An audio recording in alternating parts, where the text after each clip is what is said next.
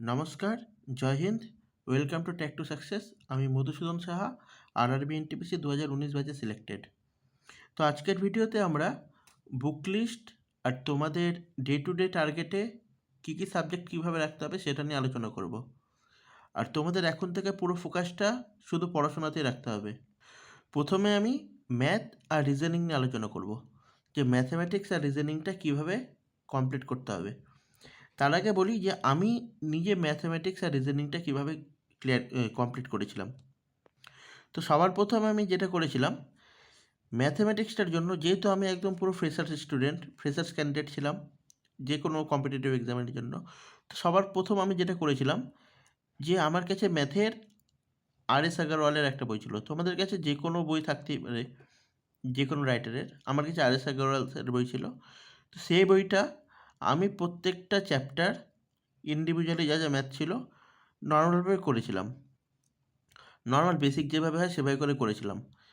কারণ দেখো, প্রথম কথা হচ্ছে আমরা অনেক বছর পরে মানে 5 to 10 করার পরে 11-12 দেন গ্র্যাজুয়েশন, তো অনেকে মাস্টার ডিগ্রি করেছে, দেন আবার আমাদেরকে সেই আগের চ্যাপ্টারগুলোতে ফিরে আসতে হয়।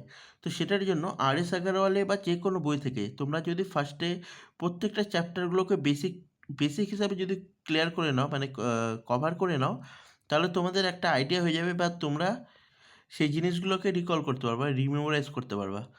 তো সেটা আমি প্রথমে করেছিলাম। আর.এস. আগারওয়ালের বইটা আমি পুরোপুরি কমপ্লিট করে নিয়েছিলাম যতটা হয়। এবার ধরো কোনো চ্যাপ্টারে ধরো অনেকগুলো ম্যাথ আছে, তো আমি সিলেক্টিভ কিছু ম্যাথ করে নিতাম। তো এভাবে করে কী হচ্ছিলো, আমার মেমোরাইজ হচ্ছিলো জিনিসগুলো, আগের জিনিসগুলো। তো সেটা করার পরে তারপর আমি দেখলাম যে কম্পিটিটিভ এক্সামের জন্য আমাদের শর্ট মেথড লাগে আর আমাদের টাইম ম্যানেজমেন্টটা খুবই দরকার, খুবই গুরুত্বপূর্ণ একটা ম্যাটার। তো সেটার জন্য কি করেছিলাম, এবার আমার তখন শর্টকাট কোনো মেথড জানা ছিল না, কোনো ইন্ডিভিজুয়াল ম্যাথের যে কী করে আমি এটাকে শর্টে করব, তো সেই জিনিসগুলো আমার জানা ছিল না।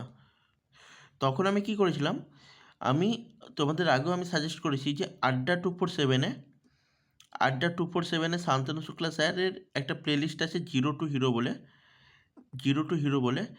তো সেই ক্লাসটাতে পুরোপুরি পরপর চ্যাপ্টার ওয়াইজ ছিল ক্লাসগুলো। তো পরপর চ্যাপ্টার ওয়াইজ ক্লাসগুলো আমি দেখেছিলাম। তো তাহলে ফার্স্টে আমি কী করলাম, আর.এস. আগারওয়ালটা কমপ্লিট করলাম। বা তোমরা এটা করতে পারো যে ম্যাথামেটিক্স আর রিজনিংয়ের জন্য তোমরা ফার্স্টে ম্যাথামেটিক্সের চ্যাপ্টারগুলো একটা পেজে লিখে নিলা, যে ম্যাথামেটিক্সে আমার এইসব চ্যাপ্টার আছে পরপর। লিখে নেওয়ার পরে তোমরা ডেলি বেসিসে একটা করে চ্যাপ্টার ক্লিয়ার করো মানে কি, যে তোমরা ধরো কোনো স্যারের ক্লাস ফলো করছো, তো সেই ক্লাসটা মানে দেখো, কোনো স্যারের ক্লাস ফলো করা মানে কি, তোমাদের ওখান থেকে শর্ট ট্রিক জানা হচ্ছে, বা কম্পিটিটিভ এক্সামে আমাকে কী করে ম্যাথটা অ্যাটেম্প্ট করতে হবে সেই ম্যাটারে তোমাদের জানা হচ্ছে। তো সেই বেসিসে তুমি যখন নিজের হ্যান্ড রিটেন নোট করবা খাতার মধ্যে, সেই নোটগুলো কমপ্লিট করে তোমরা আগে পুরো চ্যাপ্টারগুলো কমপ্লিট করো। তো আমার কাছে কিছু হ্যান্ড রিটেন নোট আছে, আমি তোমাদের বলতে পারি যে কীভাবে করবা। তো সাপোজ ধরো আমি সিআইয়ের যদি ক্লাসটা করতাম, তো দেন সিআইয়ের যে হ্যান্ড রিটেন নোট পরপর যেরকম করে স্যার পড়াচ্ছিলেন সেভাবে করে আমি পরপর নোট করে গেছিলাম। তো সিআইয়ের চ্যাপ্টারটা আমি এভাবে করে কভার করলাম। তো এইভাবে ইন্ডিভিজুয়াল তোমার ফার্স্ট কাজ হচ্ছে প্রত্যেকটা চ্যাপ্টার কমপ্লিট করা। হয়ে গেল। করে নেওয়ার পর তুমি এটা যেটা কমপ্লিট করছো সেটা তোমার কোনো পার্টিকুলার ক্লাস দিয়ে থাকবে, যেটা ধরো জিরো টু হিরোর সেই প্লেলিস্টটা থেকে ক্লাসগুলো থাকতে পারে, যাতে তুমি অ্যাপ্রোচগুলো বুঝতে পারো যে কম্পিটিটিভ এক্সামে আমাকে কী করে ম্যাথগুলো অ্যাটেম্প্ট করতে হবে। এটা যেটা করবা সেটা কিন্তু তোমার নিজের, যে তুমি নিজে থেকে যেটা করছো বেসিক ম্যাথগুলো করছো, যাতে তোমার সেই জিনিসগুলো মেমোরাইজড হয়, সেটার জন্য তুমি এটা করছো। কিন্তু পরে তুমি যখন নোট করবা, সেই নোটটা তোমার কোনো পার্টিকুলার ক্লাস দিয়ে থাকবে, যাতে তুমি সেই অ্যাপ্রোচটা বুঝতে পারো। তাহলে ম্যাথমেটিক্সে প্রথমে তুমি এটা কমপ্লিট করলা। করার পরে এবার তোমাদের আমি রিজনিংয়ের কথা বলি। রিজনিংয়ে কী করবা, রিজনিংয়ে সেম টু সেম তোমরা একটা পেজের মধ্যে পুরো রিজনিংয়ের যতগুলো টপিক আছে সবগুলো টপিক লিখে নিলা। লিখে নেওয়ার পরে ইন্ডিভিজুয়াল একটা করে চ্যাপ্টার নিয়ে ধরে তোমরা একটা করে রাইট দেবে, একটা করে চ্যাপ্টার কমপ্লিট করে তোমরা একটা নোট খাতা তৈরি করো। নোট খাতা যখন তোমাদের এখন মেন টার্গেট থাকবে নোট কমপ্লিট করাতে, নোট কমপ্লিট করা মানে কি, সিলেবাস কমপ্লিট করাতে। তো সিলেবাসটা ফার্স্টলি হচ্ছে মেনলি তোমরা সিলেবাসটা কমপ্লিট করো। সিলেবাস যখন কমপ্লিট হয়ে যাবে তারপর তোমাদের রিভিশনটা স্টার্ট হবে। তো প্রথম কাজ তোমাদের এখন এটা থাকবে যে সিলেবাসটা তোমরা কমপ্লিট করো। এটা ম্যাথ আর রিজনিংয়ের জন্য এরকম। ম্যাথ তো আমি বললাম যেভাবে করেছিলাম, আর রিজনিংটা আমি সেম করেছিলাম। একটা পেজের মধ্যে আমি সবগুলো টপিক লিখে নিয়েছিলাম, দেন ইন্ডিভিজুয়াল একটা করে টপিক রাইট দিয়ে দিয়ে আমি করতাম। দেখো প্রিভিয়াস ইয়ার কোশ্চেন আমরা যখন এক্সাম দিয়েছিলাম 2019-এ, তো আমাদের অনেক আগে এক্সাম হয়েছিল, তো আমরা প্রিভিয়াস ইয়ার কোশ্চেনের সেরকম কোনো হেল্প পাইনি। তো প্রিভিয়াস ইয়ার কোশ্চেন থেকে কোন চ্যাপ্টার থেকে কতটা নাম্বার ওরা ক্যারি করবে সেটা দেখো, সেটা তুমি হয়তো একটা নিজের আন্দাজ করতে পারবা, কিন্তু সেটাই তোমরা পুরোপুরি 100% ট্রু ধরে নেবা না যে আমার প্রিভিয়াস ইয়ার কোশ্চেনে এই চ্যাপ্টার থেকে 5টা কোশ্চেন এসেছে মানে আমাদেরও 5টা কোশ্চেন আসবে, তো সেই জন্য এটাকে আমি বেশি ওয়েটেজ দেবো। সেই জিনিসটা পুরোপুরি 100% বিশ্বাস করে নেবা না। কারণ দেখো তোমরা এক্সামটা একবারই দেবা, মানে ধরে নেওয়া যে এক্সামটা আমি একবারই দিচ্ছি, এইবারে আমাকে ক্লিয়ার করতে হবে। তো সেই জন্য কোনো রকম যাতে পরে যাতে দোষ দিতে না পারো যে আমি এটাকে কেন কম করেছিলাম, এটাকে কেন বেশি করি নাই, সেরকম যাতে কোনো রকম দোষ দিতে না পারো, সেটার জন্য পুরোপুরি পুরোপুরি 100% যেভাবে করে হোক তোমরা কমপ্লিট করো সিলেবাসগুলো। আর কোনো চ্যাপ্টারকে কম ওয়েটেজ দেওয়া, বেশি ওয়েটেজ দেওয়া, ম্যাথ আর রিজনিংয়ের ক্ষেত্রে সেটা করো না। বাকি সাবজেক্টের ক্ষেত্রে আসি, সেগুলো আমি বলবো, কিন্তু ম্যাথ রিজনিং তোমরা যতটা পারবা তোমরা এভাবে করে কমপ্লিট করে সিলেবাসটা ফার্স্টলি কমপ্লিট করো, তারপর তোমরা রিভিশনে চলে যাও। আর এই চ্যাপ্টার বেশি গুরুত্ব দেবো, এটা কম গুরুত্ব দেবো, সেই জিনিসটা ম্যাথ রিজনিংয়ে করবে না, আমি বারবার করে বলছি। তাহলে এটা হচ্ছে, তাহলে কিন্তু অনেকটা বড় তোমরা ফলস খেয়ে যেতে পারো এক্সাম হলে। আর এক্সাম হলে তোমাদের কোনো টপিক, দেখো ম্যাথ রিজনিং হচ্ছে কোর সাবজেক্ট এনটিপিসি এক্সামের। এবার তোমার এই দুটোর মধ্যে যদি কোনো কিছু তুমি দেখতে পাচ্ছ যে এটা আমার একটু কঠিন টাইপের চলে আসছে, মানে এই জিনিসগুলো আমি একটু কম গুরুত্ব দিয়েছিলাম বলে এগুলো থেকে বেশি আসছে, তখন কিন্তু পুরো প্যানিক করে যাবা। তো সেটার জন্য এই দুটো তোমরা নিজেদের 100% দাও। এবার আছে তোমাদের ডে টু ডে টার্গেটে। হ্যাঁ, তো দেখো ডে টু ডে টার্গেটে এখন তোমাদের যেটা করতে হবে সেটা হলো, তোমাদের তো জেনারেল অ্যাওয়ারনেসে অনেকগুলো পোর্শন মানে হিস্ট্রি আছে, জিওগ্রাফি আছে, সায়েন্স আছে, পলিটি আছে, ইকোনমিক্স আছে, কারেন্ট অ্যাফেয়ার্স আছে, এইসব জিনিস। তো তোমরা ফার্স্টে নোট মেকিংটা কমপ্লিট করো। নোট মেকিং মানে সাপোজ ধরো তোমার কাছে হিস্ট্রির নোট আছে, হিস্ট্রির তোমার কাছে ফুল নোট আছে। এবার হিস্ট্রি তুমি পড়ছো ঠিক আছে, পড়ার সাথে সাথে তুমি একটা হ্যান্ড রিটেন নোট বানাবা নিজের, যাতে তখন পুরো সিলেবাসটা তুমি কভার করে নেবা হিস্ট্রির, তোমার কাছে যাতে একটা নিজের হ্যান্ড রিটেন এমন নোট যাতে চলে আসে যেটা তুমি পড়লে তোমার অনেক কিছু সেই পুরো নোটটা থেকে অনেক কিছু বুঝতে পারবা। তো সেই হ্যান্ড রিটেন নোটটা, আমি শুধু এটা হিস্ট্রির জন্য না, যে কোনো সাবজেক্টের জন্যই বলছি, তাহলে সেই হ্যান্ড রিটেন নোটটা কিন্তু খুবই দরকার দেয় তোমাদের এক্সামের আগে রিভিশনের জন্য। কী করবা, হিস্ট্রির জন্য আমি তোমাদেরকে যে পিডিএফটা দিয়েছি, পিডিএফটা যেটা দিয়েছি, সেই পিডিএফটাতে তো যাদের হিন্দিতে পড়তে অসুবিধা হচ্ছে না তারা ঠিকঠাক আছে, তারা পড়ুক। যারা সেই পিডিএফটা ইংলিশে বা বাংলাতে চাচ্ছিল, তো তাদের জন্য বলি যে আমি কিছুক্ষণ আগে নোটিস করলাম যে গুগলে পিডিএফ ট্রান্সলেটার বলে অনেকগুলো ওয়েবসাইট আছে। তোমরা গুগল ট্রান্সলেটার গিয়ে সেই পিডিএফটা দিয়ে তোমরা সেটাকে ইংলিশ বা বেঙ্গলিতে করে নিতে পারবা। তো সেটার জন্য আর প্রবলেম হবে না। তাহলে সেটা করে নেওয়ার পরে তারপর কি করবা, এবার ধরো যার হিন্দি পড়তে সুবিধা, কোনো প্রবলেম হচ্ছে না, তারা আবার ট্রান্সলেট করতে যেও না, হিন্দিতেই পড়ো, হিন্দিতেও অনেকটা ঠিকঠাকই আছে। তো তারপরে এবার ডে টু ডে টার্গেটে তোমাদের এখন মেন কাজ থাকবে সিলেবাস কভার করা। সিলেবাসের সাথে সাথে তোমাদের হাতে একটা নোট তৈরি হয়ে যাবে। যেমন হিস্ট্রির যেটা আছে, হিস্ট্রিতে পুরো পিডিএফটা কমপ্লিট করো, সিলেবাসটা কভার করো। দেন জিওগ্রাফি, এবার জিওগ্রাফির জন্য অনেকে বলছিল যে বেঙ্গলিতে কিছু যদি দেওয়া যেতে পারে। তো বেঙ্গলির জন্য আমি জিওগ্রাফির জন্য যেভাবে প্রিপেয়ার নিয়েছিলাম সেটা হলো যে জিওগ্রাফিতে আমি সত্যি বলতে কোনো আমি বই ফলো করি নাই সেরকমভাবে। আমার কাছে যেমন ইন্ডিয়া আর ওয়ার্ল্ডের যে পুরো ম্যাপের ক্লাসটা আছে, সেই পুরো ম্যাপটাকে আমি ফার্স্টে রিভিশন করেছিলাম বা আমি নোট করে নিয়েছিলাম, আমার কাছে নোটটা আছে এখনও। তো সেই নোটটা আমি ফার্স্টে করে নিয়েছিলাম, সেটা রিভিশন দিতে যেতে তারপরে আমি জিওগ্রাফির যে মেন ইন্ডিভিজুয়াল টপিকগুলো আমি আগের ক্লাসে সবগুলো উল্লেখ করেছিলাম, ওই ড্যাম, তারপর সয়েল, এসব যে ইন্ডিভিজুয়াল টপিকগুলো হয়, সে একটা একটা করে টপিকগুলো নিয়ে আমি আলাদা আলাদা ক্লাস করে করে আমি সেগুলোর হ্যান্ডরিটেন নোট বানিয়েছিলাম। এবার সেগুলো দেখো, সেগুলো তুমি যখন কোনো বইয়ের থ্রু পড়তে যাও, বইয়ে তোমাদের অনেক ভাস্ট লেখা থাকে, যে এত কিছু তোমার দরকার নেই। আর একটা কথা মাথায় রাখবে, যে তোমাদের কিন্তু এটা স্মার্ট স্টাডি করতে হবে। ওরকম তুমি ভীষণ ভাস্ট জিনিস নিয়ে পড়ছো, তাহলে দেখবা পুরো পাজল হয়ে যাবা। তো তোমাদের স্মার্ট স্টাডির জন্য বলছি আমি, যে কোনো একটা বইকে পুরোপুরি A to Z পড়তে হবে সেটা কোনো মানে নেই। কারণ বইয়ে ধরো তোমার যদি 80% কাজের থাকে, 20% কিন্তু ধরো এমন কিছু থাকে, এমন কিছু কন্টেন্ট থাকে যেগুলো আমার কাজে লাগবে না, তো আমার সেগুলো পড়ার দরকার নেই।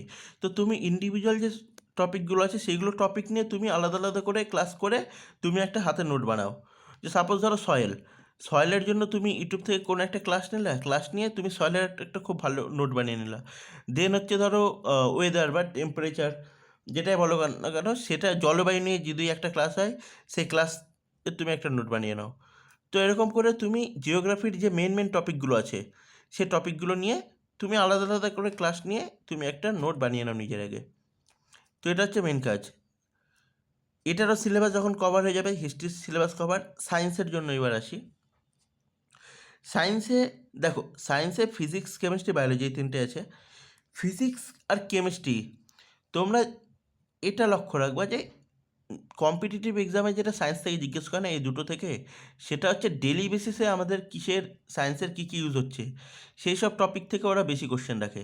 তো ডেলি বেসিস সায়েন্সের এই দুটো থেকে যে টপিকগুলো আসতেছে তোমাদের, সে ইম্পর্টেন্ট মনে হবে, সেই টপিকগুলোকে তোমরা পড়ো। পুরো ডিটেলসে ঢুকে পুরো ফিজিক্স একদম করার কোনো দরকার নেই। জাস্ট উপরে মেন যে টপিকগুলো তোমার মনে হচ্ছে ডেলি বেসে এই টপিকগুলো আছে, যেমন ধরো লাইট বা যেগুলো আছে সেই জিনিসগুলো, ইউনিটগুলো, তো এই জিনিসগুলো তোমরা একটা খাতায় নোট করে নাও। ফিজিক্স, কেমিস্ট্রির। বায়োলজিটা একটা ভালো রোল প্লে করে এনটিপিসিতে। বায়োলজির জন্য আমি তোমাদেরকে ইম্পর্টেন্ট কয়েকটা টপিক বলে দিচ্ছি, সেই টপিকগুলো পুরোপুরি ভালোভাবে ইন্ডিভিজুয়ালি কিন্তু সবগুলো ক্লাস করে করে তোমরা সেটার একটা নোট বানিয়ে নাও। আমি টপিকগুলো বলছি তোমাদেরকে।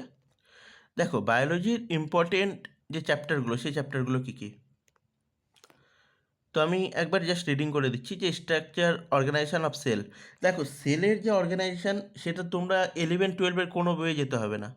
নর্মাল ক্লাস 10 অবধি যে পড়াগুলো ছিল, সে 10 অবধি যে কোনো বই থেকে তুমি যে কোনো ক্লাস 10-এর ধরো কোর্স, সেল মানে তো কোর্স চ্যাপ্টারটা যেটা আছে, সেখান থেকে কোর্স চ্যাপ্টারটা পড়ে ওখান থেকে যে হাইলাইটেড কোশ্চেনগুলো, যেগুলো কম্পিটিটিভ এক্সামে জিজ্ঞেস করার মতো, তোমাকে তো ধরবে না কোর্স কাকে বলে, তো যেগুলো হাইলাইটেড কোশ্চেনগুলো, সেই কোশ্চেনগুলো নিয়ে একটা নোট করো।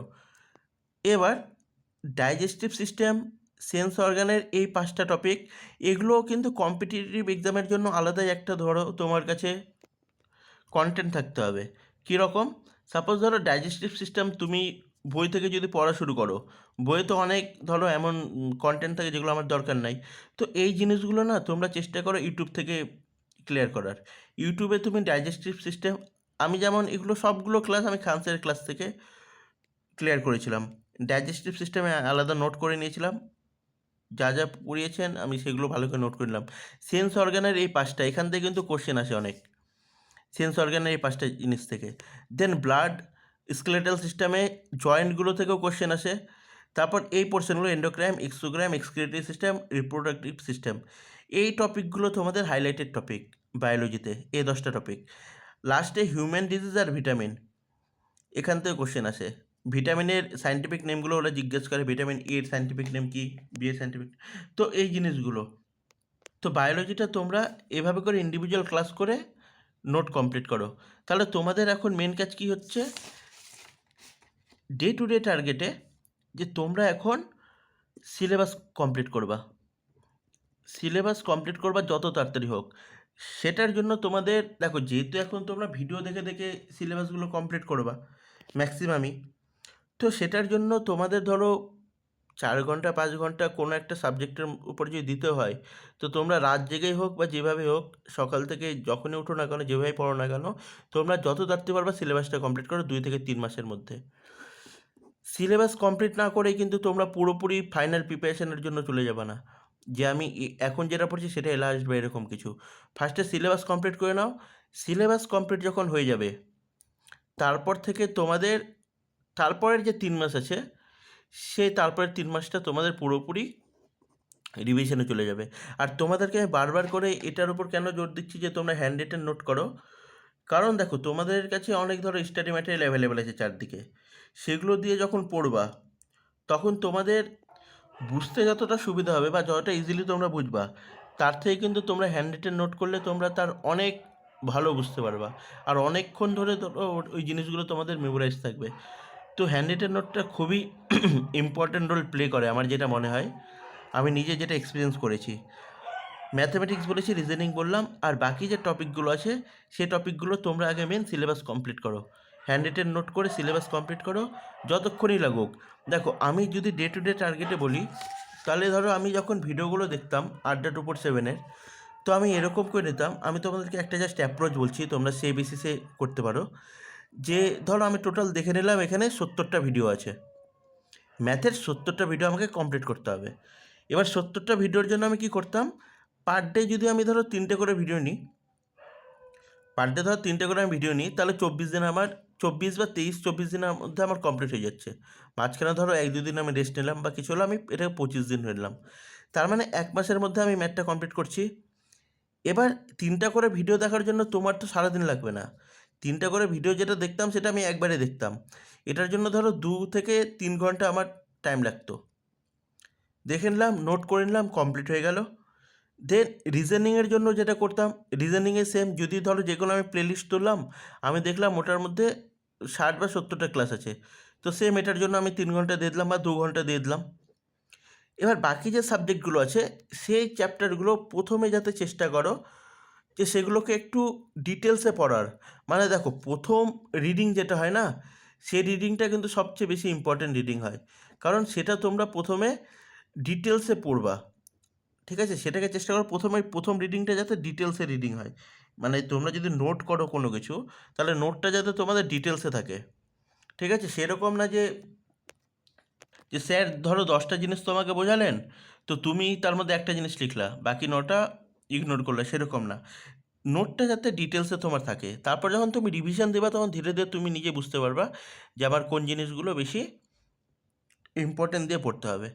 তো এটা তোমাদের ফার্স্টলি মেন কাজ, যে সিলেবাসটা খুব ভালো করে ক্লিয়ার করো, কভার করো। সিলেবাসটা যখন কমপ্লিট হয়ে যাবে, তারপর তোমরা রিভিশনের জন্য কীভাবে কী টাইম দিতে হবে সেটা আমি পরে বলে দেবো। আর তাহলে দেখো এই হিসাবে অনেকে জিজ্ঞেস করছে তুমি কতক্ষণ পড়তা, তো আমি সেই বেসিসে করতাম না। আমি ফার্স্টে কাউন্ট করে নিতাম যে আমার এখানে 70টা ভিডিও, এখানে 70টা ভিডিও, এখানে 40টা ভিডিও, এটা আমি সিলেবাস কমপ্লিট করার সময় বলতাম। এবার ধরো রাত জেগে জেগে ধরো আমার এতগুলো ভিডিও আজকে দেখা বাকি আছে, তো আমি কমপ্লিট করে তারপর ধরো নেক্সট দিনের পর আমি ভাবতাম। আর তোমরা একটা কাজ করতে পারো, তোমাদের কাছে একটা এরকম এই চারকোনা টাইপের একটা নোটপ্যাড নিয়ে নিতে পারো। নোটপ্যাড নিয়ে নিতে মানে মানে কিনতে হবে না। ধরো যে কোনো একটা তোমরা A4 সাইজের পেজ নিলা, সেটাকে ভাঁজ করে করে একটা এরকম চারকোনা টাইপের একটা ওই নোটপ্যাড হাতের মধ্যে রাখবা। সেটাতে তোমরা কী করবা, ডেইলি বেসিসে লিখে দেবা যে আজকে ম্যাথের 3টা ভিডিও বা ম্যাথের এতক্ষণ পড়বো। দেখো 3টা ভিডিও বলতে আমি ভিডিও বেসিসে শুধু বলছি না, কেউ ধরো যদি যার ভাবো নোট কমপ্লিট আছে, তো সে কীভাবে টাইমটা দেবে, তো এই রকম করে টাইমটা তারা ম্যানেজ করতে পারে। যে 3টে ভিডিওর জন্য কতক্ষণ লাগতো, ধরো 3 ঘন্টা, তার মানে ম্যাথের জন্য 3 ঘন্টা দেবে, রিজনিংয়ের জন্য 2 ঘন্টা দেবে, আর সাবজেক্টের প্রতি একটাতে 2 ঘন্টা, একটাতে 2 ঘন্টা, এরকম করে একটা হাতে নোট লিখে রাখবে যাতে ওর মাথায় থাকে আজকে আমাকে এই জিনিসগুলো কমপ্লিট করতে হবে। তো এইভাবে করে তোমরা শুরু করো প্রিপারেশানটা। আর এখন তাহলে তোমরা মেনলি গুরুত্ব দিয়ে দাও সিলেবাস কভারের উপর। সিলেবাস কমপ্লিটটা খুব তাড়াতাড়ি করো, যত তাড়াতাড়ি সম্ভব হয়। আর কারো কোনো প্রশ্ন থাকলে বা ডাউট থাকলে তোমরা কমেন্ট সেকশনে জানাতে পারো। আচ্ছা, কথা হবে তাহলে, দেখা হচ্ছে নেক্সট ভিডিওতে। জয় হিন্দ।